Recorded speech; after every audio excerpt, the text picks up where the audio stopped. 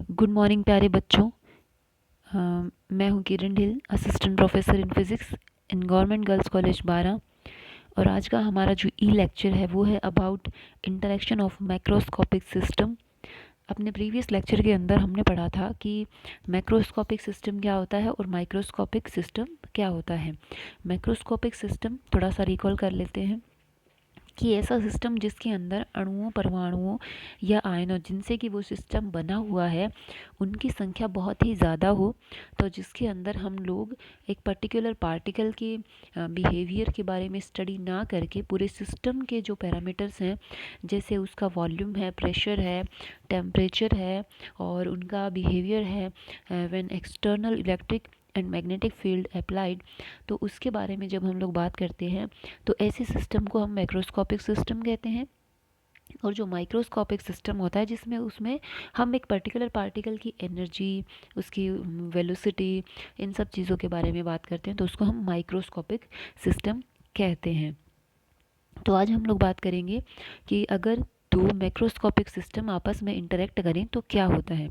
हमारे पास दो सिस्टम दिए गए हैं, ए व ए डैश। ठीक है, दोनों जो सिस्टम है इनिशियली वो एक दूसरे से मतलब अलग सेपरेट रखे हुए हैं दोनों सिस्टम, और इन दोनों सिस्टम से मिल कर के एक नया सिस्टम बना हुआ है जिसको हम कहते हैं ए स्टार।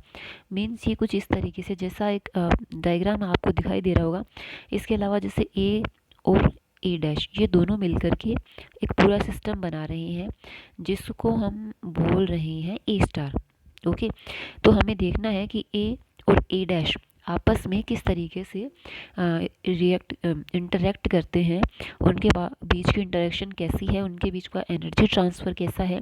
तो अगर हम लोग केवल एक समूह लेकर के ए व ए डैश का और उस चीज़ को देखना चाहें कि एनर्जी ट्रांसफ़र कैसा होता है इनके बीच में या इंटरेक्शन कैसा होता है, तो उससे एक अच्छा रिजल्ट निकल करके नहीं आता। तो इसलिए हम लोग क्या करते हैं, एक जैसे बहुत सारे ग्रुप्स ले लेते हैं ए व ए डैश के, और सब में जब हम स्टडी करते हैं तो सब में एनर्जी का जो ट्रांसफ़र है या जो इंटरेक्शन है थोड़ा डिफरेंट होता है। इसलिए सबका एवरेज निकाल करके और हम देखते हैं कि किस तरीके का एनर्जी जो ट्रांसफ़र है इनके बीच में होता है और किस तरीके की अन्योन्य क्रिया या इंटरेक्शन जो है वो इनके बीच में होती है। सब ग्रुप्स के बारे में हम लोग अलग से स्टडी करते हैं।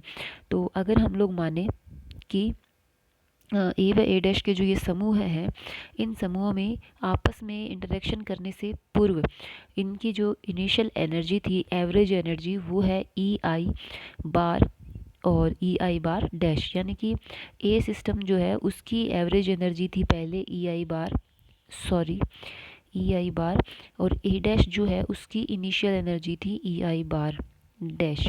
ओके, और जब आपस में इनमें इंटरेक्शन हो गई और साम्यावस्था आ जाती है, उस अवस्था में इनके बीच का जो एनर्जी, इनके जो एवरेज एनर्जी है पर सिस्टम, तो ए की एनर्जी इंटरेक्शन के बाद ई एफ बार और ए डैश की ई एफ बार डैश हो जाती है। ठीक है, तो एनर्जी कंजर्वेशन का नियम क्या कहता है कि कोई भी क्रिया होने से पहले की ऊर्जा समस्त ऊर्जा जो है वो क्रिया होने के बाद की समस्त ऊर्जा के योग के बराबर होती है। तो E I bar plus E I bar dash is equal to E F bar plus E F bar dash. तो ये है ई एफ माइनस ई आई। ये जो ए हमारा सिस्टम है उसके अंदर जो ऊर्जा में परिवर्तन आया है, उस ऊर्जा में परिवर्तन उसको बता रहा है। ये final energy minus minus initial energy, और ये है final energy minus initial energy किसकी, ए डैश की। तो ये ए डैश जो हमारा सिस्टम है उसकी एवरेज एनर्जी में जो चेंज आया है उसको शो कर रहा है। तो यहाँ से हम लिख देंगे del E plus del E dash is equal to zero. Okay, ये इनकी औसत ऊर्जा में जो परिवर्तन आया है उसको व्यक्त कर सकता है। अतः हम ये कह सकते हैं कि ए और ए डैश जो सिस्टम है वो आपस में दो तरीक़ों से इंटरेक्ट कर सकते हैं।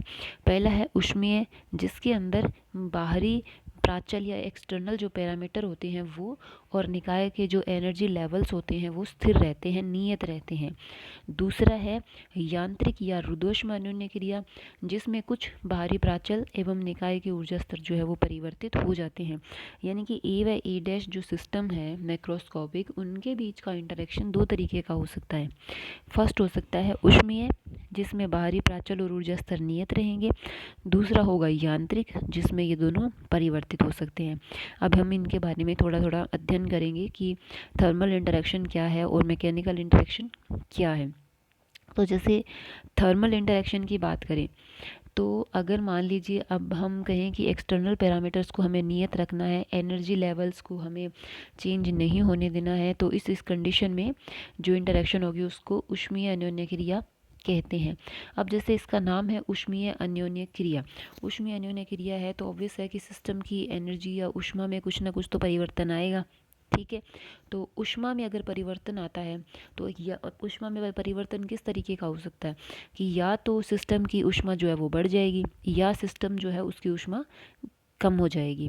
अगर सिस्टम की ऊष्मा में बढ़ोतरी होती है तो हम ये कहेंगे कि सिस्टम के द्वारा ऊर्जा या ऊष्मा का अवशोषण हुआ है। अगर सिस्टम की ऊष्मा में कमी आती है तो हम ये कहेंगे कि सिस्टम के द्वारा ऊष्मा का उत्सर्जन हुआ है। ठीक है, ऊष्मा का उत्सर्जन या अवशोषण दो चीज़ें हो रही है ऊष्मीय अन्योन्य क्रिया में।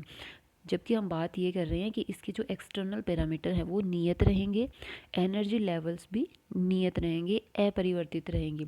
अगर एनर्जी लेवल चेंज नहीं हो रहे हैं तो ये ऊष्मा का अवशोषण या उत्सर्जन किस वजह से हो रहा है। देखिए, जब हम लोग इंटरेक्शन की बात करते हैं तो हम लोग पढ़ते हैं कि जो एनर्जी लेवल्स होते हैं उनके बीच में जब अगर अणु परमाणु हैं तो अगर कोई परमाणु ग्राउंड स्टेट में है और उसे अपर में जाना है तो वो ऊष्मा का अवशोषण करता है, और अगर कोई अपर में है और ग्राउंड में आना जाएगा तो वो ऊष्मा का उत्सर्जन करता है। यानी कि ऊष्मीय अन्योन्य क्रिया में अगर एनर्जी लेवल्स की एनर्जी नियत रखें और बाहरी पैरामीटर्स या एक्सटर्नल पैरामीटर्स को, यानी कि बाहर से हम लोग कुछ भी प्रेशर नहीं डाल रहे, टेम्परेचर नहीं डाल रहे, उनको हम नियत रखें तो ऊष्मा का अवशोषण या उत्सर्जन किस वजह से हो रहा है, उन एनर्जी लेवल्स के बीच में होने वाले इंटरेक्शन की वजह से ये अन्योन्य क्रिया या ऊष्मीय अन्योन्य क्रिया जो है वो होती है, या ऊष्मा में परिवर्तन या अवशोषण या उत्सर्जन जो है वो होता है। ओके, तो ये तो था ऊष्मीय अन्योन्य क्रिया। दूसरा है ऊष्मीय रोधन।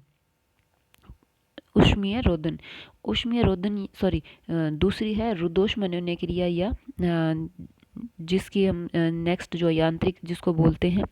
तो इसमें क्या है, इसमें बात करने से पहले इसने थोड़ा सा एक्सप्लेन किया है कि रुद्धोष्म या रुद्धोष्म करने का मतलब क्या है, या ऊष्मारोधन या ऊष्मीय विलगन क्या है। देखो, अगर दो सिस्टम है ए और ए डैश एज एन एग्जाम्पल, तो दो सिस्टम अगर आइसोलेट, देखो दो तीन शब्दों का यूज़ किया जाता है, आइसोलेटेड सिस्टम, रुद्धोष्म या ऊष्मारोधन या विलगित निकाय। ठीक है, एक ही बात है, विलगित, रोधन, ऊष्मीय रोधन, आइसोलेटेड, एक ही बात है। इनका मतलब क्या होता है, इनका मतलब ये होता है कि अगर दो सिस्टम एक दूसरे से इस तरीके से सेपरेट किए गए हैं कि उनके बीच में ऊष्मा या ऊर्जा का ट्रांसफ़र नहीं हो तो वो आइसोलेटेड सिस्टम कहलाते हैं। आपस में वो किसी भी तरीके का इंटरेक्शन नहीं कर पाएंगे फिर। ठीक है, ऊष्मा का आदान प्रदान नहीं कर पाएंगे। और ऐसा करने के लिए क्या किया जाता है, ऐसा करने के लिए क्या करते हैं, जैसे दो सिस्टम ए और ए डैश हैं, उनके बीच में कोई ऐसा पदार्थ लगा देते हैं जिससे कि ऊष्मा का ट्रांसफ़र नहीं हो। जैसे एस्बेस्टोस है, फाइबर ग्लास है आदि के द्वारा क्या है, दो निकायों को ऊष्मारोधित बनाया जाता है। ठीक है, तो ये निकाय क्या है, ऊष्मारोधन होने की वजह से प्रारंभ में साम्यावस्था में है तो वो साम्यावस्था में ही रहेंगे। कब तक साम्यावस्था में रहेंगे, जब तक एक्सटर्नल पैरामीटर्स के मान जो है वो चेंज नहीं हो जाते। ओके, तो ऐसे प्रक्रम जो है वो रुद्धोष्म प्रक्रम कहलाते हैं। अब देखिए, बात करते हैं कि जो रुद्धोष्म प्रक्रम है उसमें किस तरीके से इंटरेक्शन होता है। जैसे मान लीजिए ए और ए डैश दो सिस्टम है। अब इस सिस्टम में हम क्या कर सकते हैं, एक्सटर्नल पैरामीटर्स में परिवर्तन कर सकते हैं और जो एनर्जी लेवल्स है उनकी ऊर्जा भी परिवर्तित कर सकते हैं। इस वजह से क्या होता है, इस प्रकार की इंटरेक्शन में इस प्रकार की इंटरेक्शन को हम कहते हैं रुद्धोष्म अन्योन्य क्रिया। और इस प्रकार की इंटरेक्शन से क्या होता है, जो आइसोलेटेड सिस्टम होती है उसकी माध्य ऊर्जा में वृद्धि होती है। तो स्थूल अगर माध्य ऊर्जा में वृद्धि होती है तो उसको हम कहते हैं स्थूल निकाय पर किया गया स्थूल कार्य। और माध्य ऊर्जा जो है अगर उसमें कमी आती है तो उसे हम कहते हैं स्थूल निकाय द्वारा किया गया कार्य। अगर पर किया गया कार्य है तो धनात्मक होगा, प्लस डब्ल्यू से व्यक्त करेंगे। और अगर द्वारा किया गया कार्य है तो उसे माइनस डब्ल्यू से व्यक्त करेंगे, ऋणात्मक होगा। ये एक रुद्धोष्म अन्योन्य क्रिया है, जैसा नाम है बिल्कुल उसके अपोजिट कुछ हो रहा है ना, माध्य ऊर्जा में वृद्धि हो रही है। रुद्धोष्म मतलब अब आइसोलेटेड सिस्टम तो है बट हम इसके एक्सटर्नल पैरामीटर चेंज कर सकते हैं, ठीक है। तो उससे क्या होता है, माध्य ऊर्जा में वृद्धि होगी या कमी होगी। अगर वृद्धि होती है तो पर किया गया कार्य होता है डब्ल्यू धनात्मक, और अगर द्वारा किया गया कार्य है, यानी कि आप एक तरीके से ऐसे समझो कि आपके जैसे आपके किसी और ने काम किया आपके ऊपर, है ना, तो फिर आपकी ऊर्जा में वृद्धि होगी। यानी कि आपको जैसे मोटिवेट किया या समथिंग काइंड ऑफ दिस, है ना, तो आपकी ऊर्जा में वृद्धि होगी। तो धनात्मक अगर आप काम करेंगे, यानी कि अगर आप किसी को एक्सप्लेन कर रहे हैं, बोल रहे हैं, तो आप थक जाएंगे, आपके द्वारा किया गया कार्य है ये, ठीक है। तो इसके लिए किया गया कार्य ऋणात्मक, आपकी ऊर्जा में कमी आएगी तो माइनस डब्ल्यू। इस तरीके से आप इसको समझ सकते हैं, ओके, ठीक है। तो अब इसमें क्या होता है कि अगर माध्य ऊर्जा में वृद्धि हो रही है तो W is equal to del E bar. अगर माध्य ऊर्जा में ए सिस्टम में ये है और ए डैश सिस्टम में माध्य ऊर्जा में जो परिवर्तन है del E bar dash is equal to W dash. तो ये है इंटरेक्शन से पहले, बाद में क्या है, ऊर्जा संरक्षण के नियम से 0, तो W is equal to minus W dash. That means क्या है, W जो है वो ए निकाय द्वारा किया गया कार्य है और W डैश ऋणात्मक है। इसका मतलब क्या है, ए डैश निकाय सॉरी W जो है वो ए निकाय पर किया गया कार्य है, जिससे ए डैश निकाय द्वारा किया गया कार्य W डैश होता है, ओके। चूँकि निकाय जो है वो रुद्धोष्म अन्योन्य क्रिया कर रहे हैं और उसमें क्या होता है कि कुछ बाहरी प्राचलों के मान भी जो हैं वो परिवर्तित किए जा सकते हैं, इसलिए इस प्रक्रिया में कुछ ऊर्जा स्तरों में परिवर्तन होता है। अतः रुद्धोष्म अन्योन्य क्रिया करने वाले निकाय में से किसी एक की माध्य ऊर्जा परिवर्तन जो है वो इस कारण से हो सकती है, पहला प्रत्येक अवस्था की ऊर्जा में परिवर्तन और दूसरा किसी अवस्था में निकाय के पाए जाने की प्रायिकता में परिवर्तन।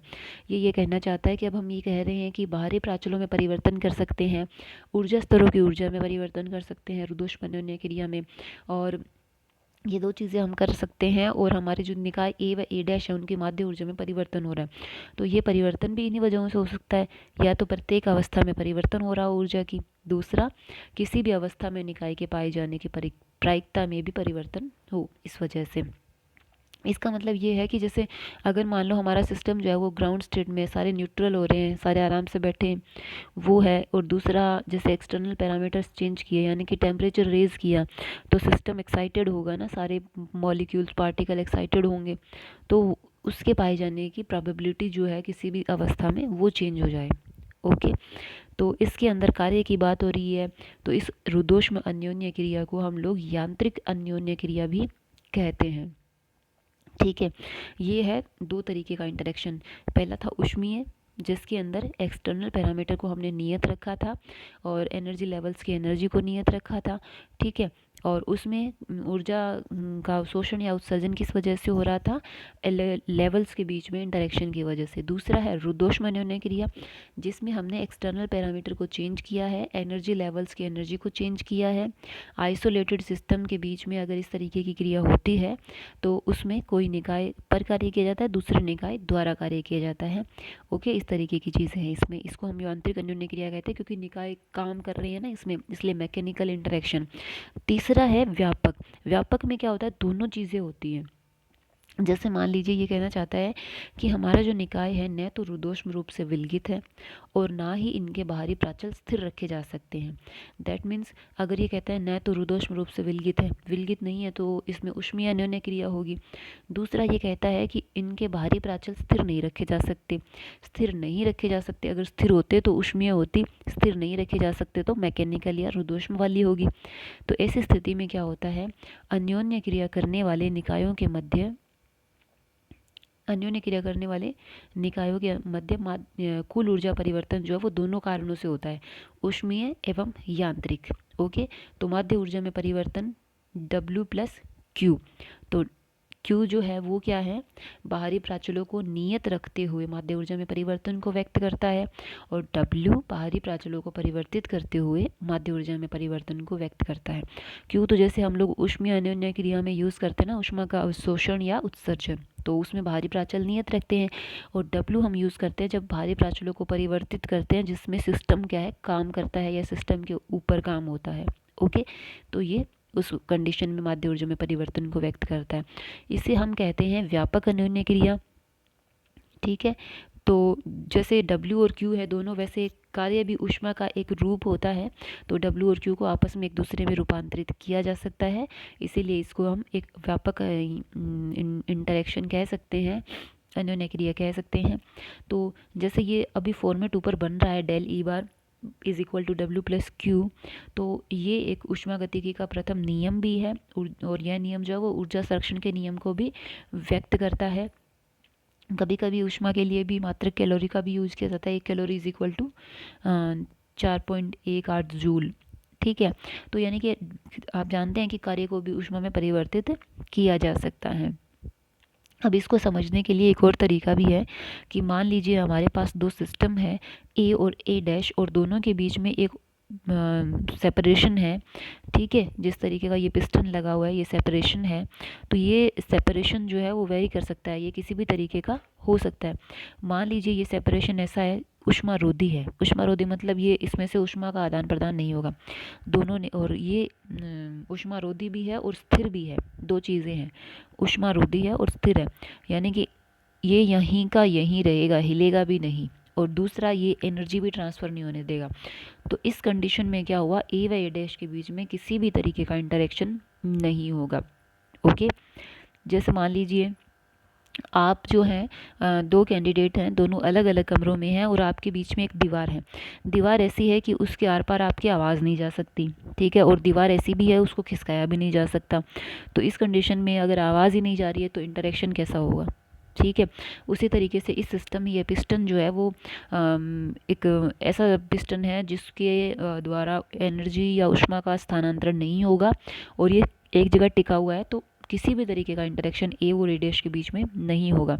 इसको हम कहते हैं इसको कुछ भी नहीं कहते। दूसरा इंटरेक्शन है पिस्टन अगर ऊष्मारोधी नहीं है लेकिन स्थिर है, यानी अब क्या है, पिस्टन हिलेगा तो नहीं, बट इसके माध्यम से क्या है, ऊष्मा आर पार जा सकती है। ठीक है, अगर ऊष्मा आर पार जा सकती है तो उस कंडीशन में क्या होगा, दोनों निकायों के दाब में परिवर्तन होगा, लेकिन वॉल्यूम जो है वो नहीं बदलेगा। वॉल्यूम कैसे बदलेगा, ये तो यहीं है, स्थिर है पिस्टन, पिस्टन जो है वो अपनी जगह से हिल नहीं रहा, वो इधर तो जा नहीं रहा कि इसका वॉल्यूम बदल जाए या इसका बदल जाए। ओके, तो सिर्फ क्या है, प्रेशर बदल जाएगा, क्योंकि ऊष्मा का आदान प्रदान होगा, तो जिसको ऊष्मा ज़्यादा मिलेगी उसका जैसे प्रसार होगा गैस का इस तरीके से, तो उधर का प्रेशर बदल जाएगा, क्योंकि पिस्टन तो खिसकेगा नहीं।